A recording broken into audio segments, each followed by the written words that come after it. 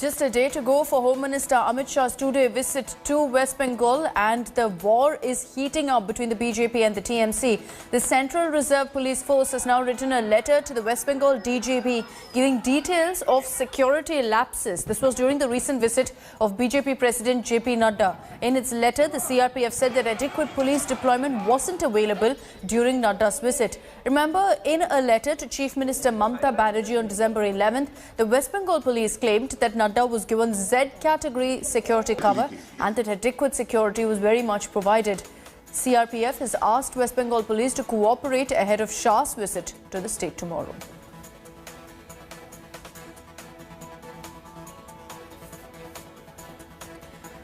Mamta Banerjee's trusted aide Suvendu Adhikari is resigned from the TMC a day after he quit as an MLA and weeks after he also resigned as a minister in the West Bengal cabinet. But a bigger rebellion also has hit Mamta Banerjee's party. Two other MLAs also quit. Several others are now threatening to resign. The West Bengal chief minister so far played down these desertions, even accusing the BJP of poaching her MLAs.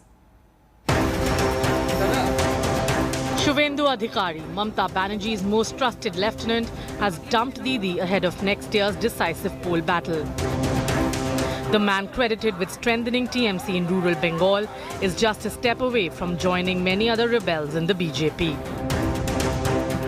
Suvendu অধিকারীর সাথে 1 December অবধি আমরা কথা বলেছিলাম যাতে ও পার্টিতে থাকে। 2 তারিখ আমাদের ও জানিয়ে দেয় যে আমাদের সাথে কাজ করা মুশকিল। আমরা তখনই বিবৃতি দিয়ে বলেছিলাম যে ওর সাথে আর কথা বলবো না। তো এটা চূড়ান্ত বিশ্বাসঘাতকতা। 4.5 বছর মন্ত্রী থেকে পার্টি সিম্বলে জিতে তারপর ইলেকশনের 5 মাস আগে ছেড়ে দেওয়া হচ্ছে বিশ্বাসঘাতকতা। The trickle appears to be now turning into a tide. On Thursday, another TMC strongman, Jitendra Tiwari, an MLA from Asansol, resigned from all party posts. Asansol नगर निगम के प्रशासक पद से इस्तीफा दिया क्योंकि आसनसोल में काम करने का माहौल नहीं था और काम करने के लिए जिन रिसोर्स की जरूरत थी वो सरकार नहीं दे रही थी।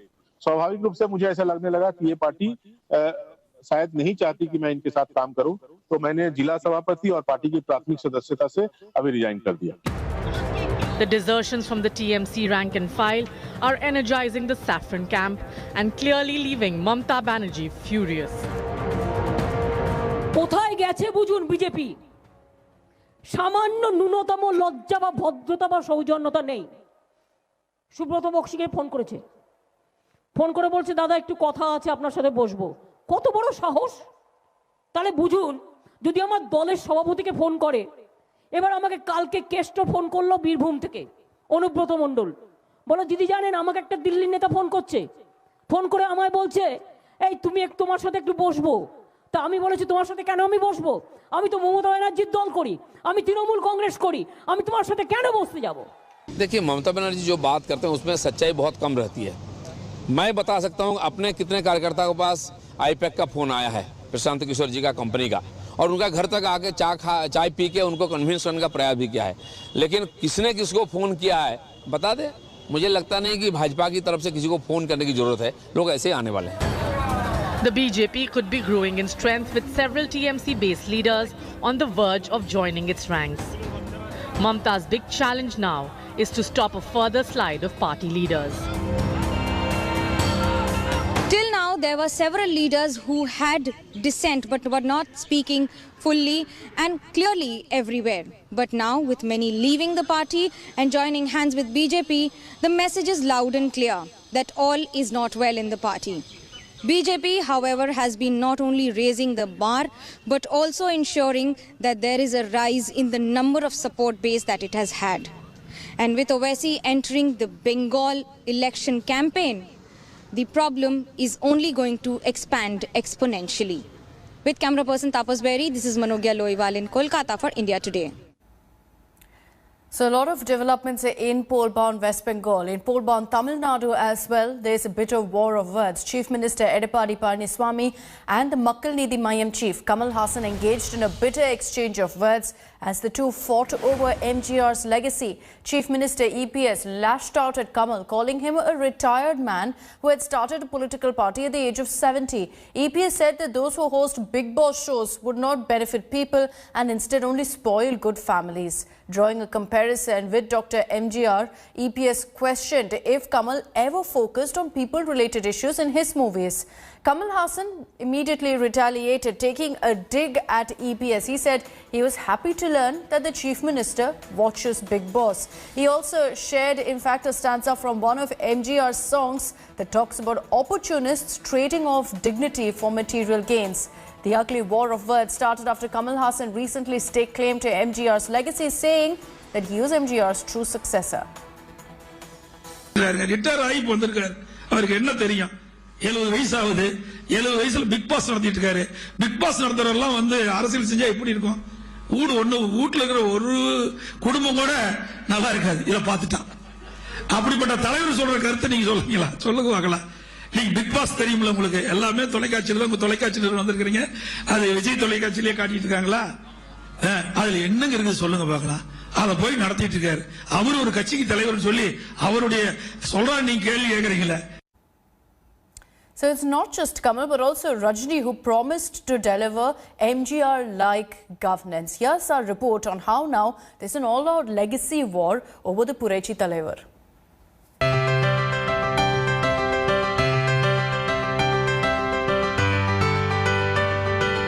The original superstar Neta of Indian politics. Iconic on screen and even more iconic off it. A man who towered over all others. A personality who proved that the jump from the silver screen to the political battlefield could bring mind-blowing dividends.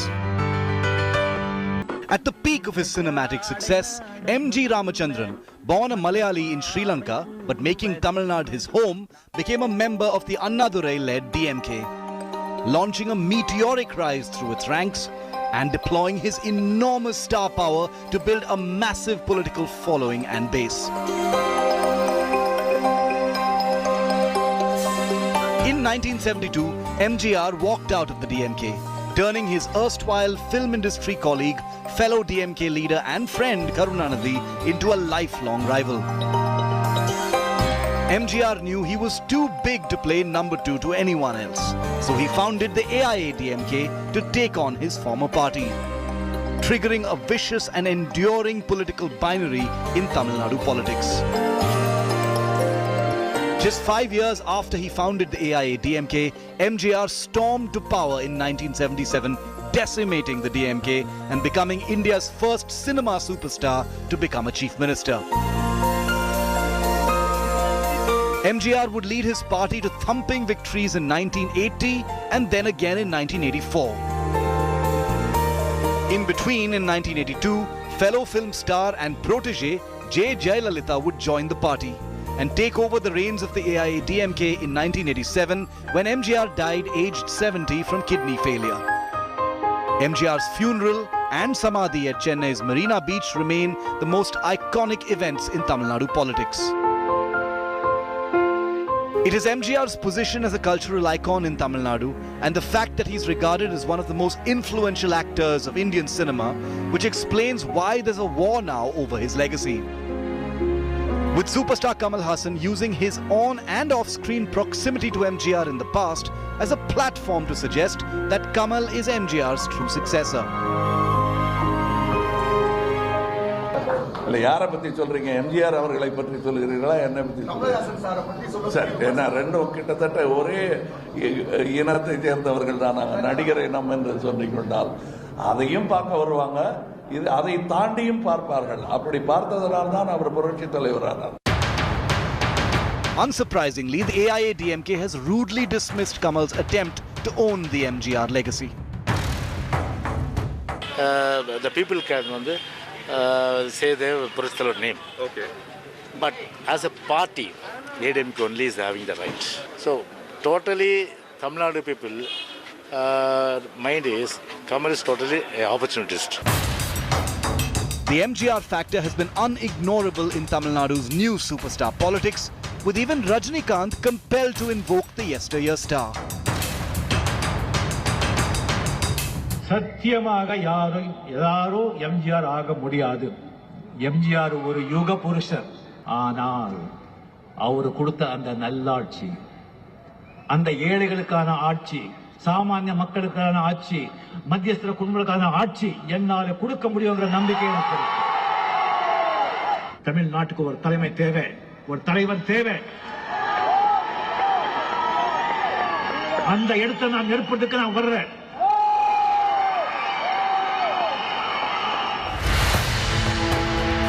The war over MGR isn't surprising, especially when you remember that this will be the first election in the state since the passing away of sinister politicians Jayalalitha and Karunanidhi. And that's why the ghosts of icons past are alive and well on the campaign trail. MGR would be smiling, perhaps with his iconic victory gesture. Bureau Report, India Today. Protests against the farm laws has now entered day 23. Prime Minister Narendra Modi is continuing his outreach to farmers, and to allay their fears, Prime Minister Modi will be addressing farmers in Madhya Pradesh via video conferencing. That's happening at 2 p.m. today. The Prime Minister's virtual meet will be broadcast in over 23,000 panchayats across the state. Prime Minister Modi in Kutch earlier this week also again hailed the new farm laws, said that his government is ready 24/7 to address farmers' concerns. He also blamed opposition parties for misleading farmers. Meanwhile, Agriculture Minister Narendra Singh Tomar has written an 8-page letter to farmers saying that most farmers are happy with the reforms. Some have been misled by certain sections to create tension.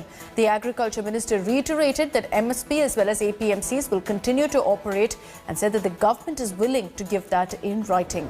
The outreach program comes at a time when protests against the farm laws refuse to die down and the stalemate persists between agitating farmer groups and the centre. And let's also listen in to what the Prime Minister said when he was in Kutch while reacting to the farm laws and reaching out to farmers. हाल में हुए कृषि सुधारों की मांग बरसों से की जा रही थी. अनेक किसान संगठन भी पहले ही मांग करते थे कि अनाज को कहीं पर भी बेचने का विकल्प दिया जाए. आज जो लोग विपक्ष में बैठकर किसानों को भ्रमित कर रहे हैं, वो भी अपनी सरकार के समय इन कृषि सुधारों के समर्थन में थे, लेकिन अपनी सरकार के रहते वो निर्णय नहीं ले पाए, किसानों को झूठे दिलासे देते रहे. आज जब देश ने यह ऐतिहासिक कदम उठा लिया तो यही लोग किसानों को भ्रमित करने में जुट गए हैं. Another story we're tracking closely this morning. The Narcotics Control Bureau has issued a notice to Bollywood filmmaker Karan Johar over a viral video from a 2019 party. NCB sources stated that Johar was not a suspect in any case and has been called merely to gather some information. The notice has been sent to check the authenticity of the video. NCB has reportedly also stated that Karan Johar can skip appearing in person and can instead send a representative event. The NCB received a complaint on the actor seen in an apparently drugged state. The video that you see on your screens, Shiromani Akali Dal leader Manjinder Singh Sirsa had in fact earlier sent the video to NCB. His complaint was also marked to the agency's Mumbai zonal unit. However, at the time, no probe was conducted. After the video went viral, Karan Johar also issued a statement clearly stating that there were no drugs consumed at the party and that the rumours were slanderous and malicious. There was this clip of your party, Karan, that I just showed Vicky. You want to refresh your memory and see it? What happened there? You got into a little trouble with the party clip? Apparently you're not allowed to scratch your nose. Apparently you're not about to hide. You're supposed to be hiding something when actually it's a phone charger. And apparently you're not supposed to just mingle with a group of friends and have a really chilled out evening. And apparently if a group of Bollywood is in a room, then you're obviously doing drugs. That is the ridiculousness of what happened as a result of that video. Would I be stupid in bright lights to put out a video of a group of friends if there was the consumption of any medical substance? My house and where I stay, and everybody who's visited my house, my mother lives on the same level as that particular drawing room. She was with us, sitting, she had dinner with us, we were chatting. It was that kind of evening. She went back, and then this video was taken. And after that, there was this big uproar on social media. And I was really angered with the kind of responses that were coming in. And then I was amused at how ridiculous it is. A group of friends, and you can see that, people were analyzing ridiculous things. Any marble has white streaks on it. That is not meant to be a substance. That is how marble is. Should I change the way marble is made so that people perceive it differently? And poor Vicky, coming out of a bout of dengue, he scratched his nose. And that went into a tiz. It's ridiculous. And I've said that the next time there are people who make these allegations, baseless allegations and accusations, we will deal with that very strictly and on legal grounds if need be, because this will not be tolerated again. It's another cold morning in North India. The national capital is reeling under bone-chilling, severe cold conditions. The minimum temperature recorded at 3 degrees Celsius this morning. Frosty winds from the western Himalayas continue to sweep the region. According to the Indian Met Department, Delhi recorded the season's lowest maximum temperature at 15.2 degrees Celsius. That's 7 notches below normal. Large parts of North India is also witnessing similar cold conditions. Kashmir recorded its coldest night this season yesterday as temperatures plummeted below 0 degrees Celsius. The current temperature is at -6 degrees Celsius. In Leh, the temperature is -15 degrees Celsius. Rajasthan Sikar was the coldest of the state at 0.5 degrees Celsius yesterday. In fact, Met Department said the temperatures are likely to only dip further in the coming days.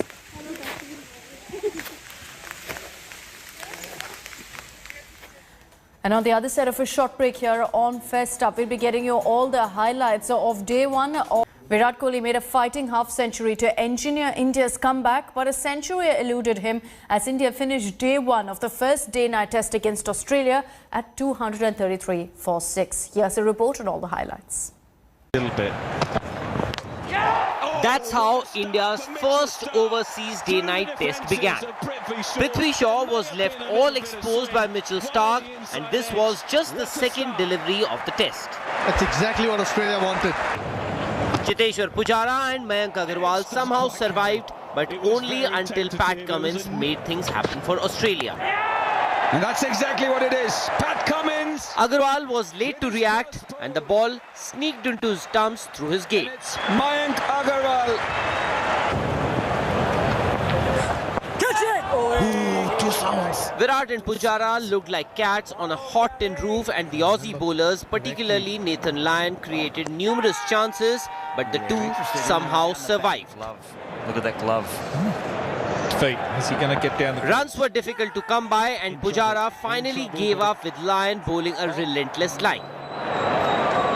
Yep, thank you. What a bit of bowling that was from Nathan Lyon. Plays the pull shot. Virat, having worked so hard, dug deep and scored a battling half-century at the Adelaide Oval, a venue where he has scored the most amount of runs. But he gets it through. Won't go to short leg. He will go to 50. Hugely disciplined today. Played in a very measured way. Rahane at the other end looked solid with his footwork, and the two were doing well to keep Australia at bay before disaster struck. Oh dear, he said yes and no, and that's gone. Virat Kohli run out for 74. That wicket gave way to another and then another. India lost 3 wickets for the addition of just 18 runs. Has been wrapped, has been given. Ashwin and Saha did well to survive the rest of the day as India finished 233 for 6 on day 1 of the first test. Sports Bureau, India Today. Hello everyone, this is Rahul Kamal here. Hope you enjoyed this video. For the latest news and analysis, like and subscribe the India Today YouTube channel, and don't forget to press the bell icon to stay updated.